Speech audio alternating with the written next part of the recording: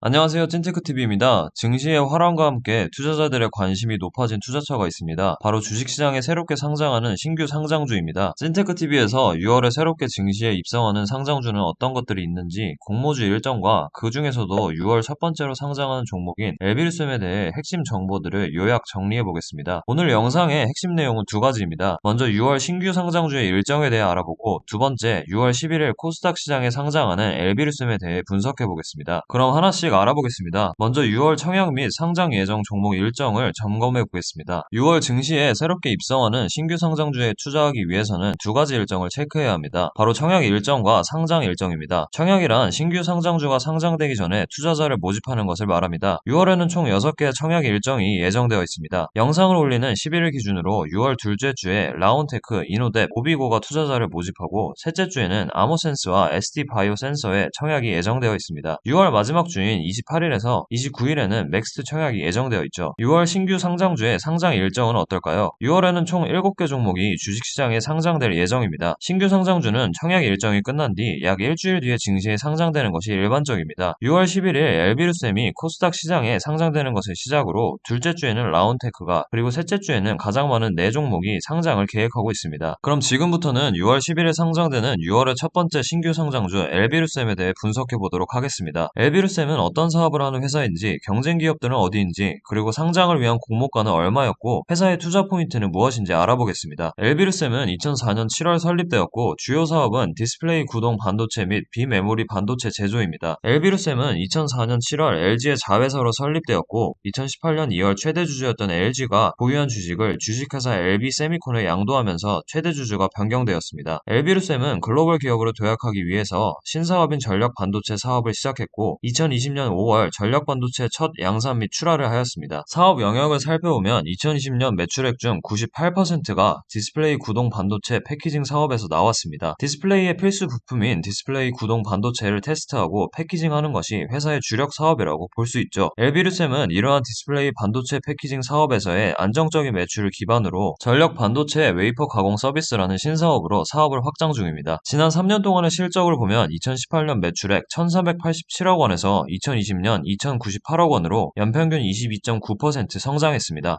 매출액 증가와 함께 영업이익도 2018년 143억 원에서 2020년 208억 원으로 연평균 20.6% 성장했습니다. 3년 동안 꾸준히 성장할 수 있었던 것은 전방 산업인 디스플레이 산업의 성장과 함께 회사의 지속적인 매출처 다변화 노력이 있었기 때문입니다. IR 자료에 따르면 2018년 기준 매출의 79%가 한국 고객사였던 반면에 2020년 기준으로 해당 비중을 55%로 낮추고 중국, 대만 등 신규 해외 고객사로부터 매출을 확장하며 성장을 이루었다고 밝혔습니다. 엘비루셈의 청약 공모가는 14,000원으로 상장 예정 시가총액은 3,440억입니다. 시가총액 3,444억은 2020년 회사가 벌어들인 순이익 171억 원 기준으로는 PER 20배에 해당합니다. 또한 2021년 회사의 예상 실적인 순이익 250억 원 기준으로 14배에 해당합니다. 공모가 산정 시 참고했던 비교 기업들은 현재 주식시장에서 얼마에 거래되고 있을까요? 2021년 5월 20일 주가 기준으로 LB세미콘의 경우 21년 예상 순이익이 415억 원이었으며 21년 예상 순이익 기준 PER은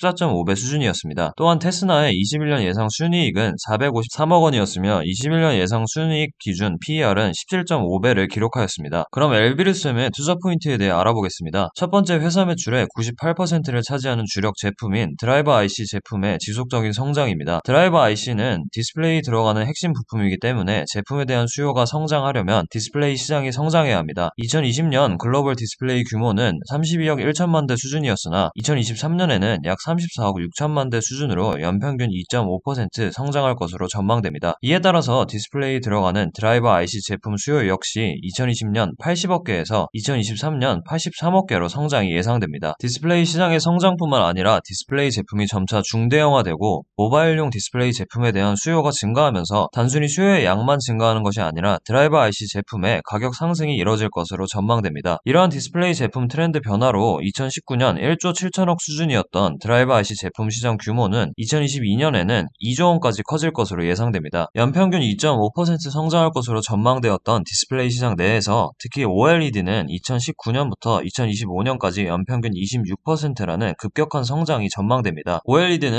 LCD에 비해서 드라이버 IC 제품의 소요량이 FHD의 경우 1.7배, 4K의 경우에는 1.6배 더 많이 소모되며 이러한 전망에 근거해서 OLED 드라이버 IC 매출이 2020년 140억 원 수준에서 2023년 500억 원 수준까지 대폭 상승할 것으로 기대하고 있습니다. LB류셈은 주력 제품인 드라이버 IC 제품의 안정적인 성장을 바탕으로 미래 먹거리로 전력 반도체 패키징 시장에 주목하고 있습니다. 전력 반도체 띤 웨이퍼 수요는 2019년 780만 개에서 2025년 1240만 개까지 연평균 8% 이상의 성장이 전망되는 유망 사업입니다. 전력 반도체 패키징 시장에서 매출을 성장시키기 위해 현재는 국내 전력 반도체 한 개 회사에 납품을 하고 있지만 향후 해외 고객들로 다변화 예정입니다. 이러한 투자 포인트에 맞춰 회사는 IPO를 통해 모집되는 자금을 드라이버 IC와 전력 반도체에 투자할 계획이라고 밝혔습니다. 그렇다면 LB류셈의 투자 위험 요소는 어떤 것이 있을까요? 먼저 상장 이후 유통 가능 수량을 체크해 보겠습니다. LB류셈의 상장 주식 수는 2,460만 주이며 이 중 24.4%인 600만 주가 상장일부터 유통 가능하며 이에 따라 주가가 변동성을 보일 수 있습니다. 두 번째 투자 위험 요소는 앞선 전망과 다르게 전방 산업인 디스플레이 산업의 부진 가능성을 들 수 있습니다. LB류셈은 드라이버 IC 제품을 주력 제품으로 하고 있는데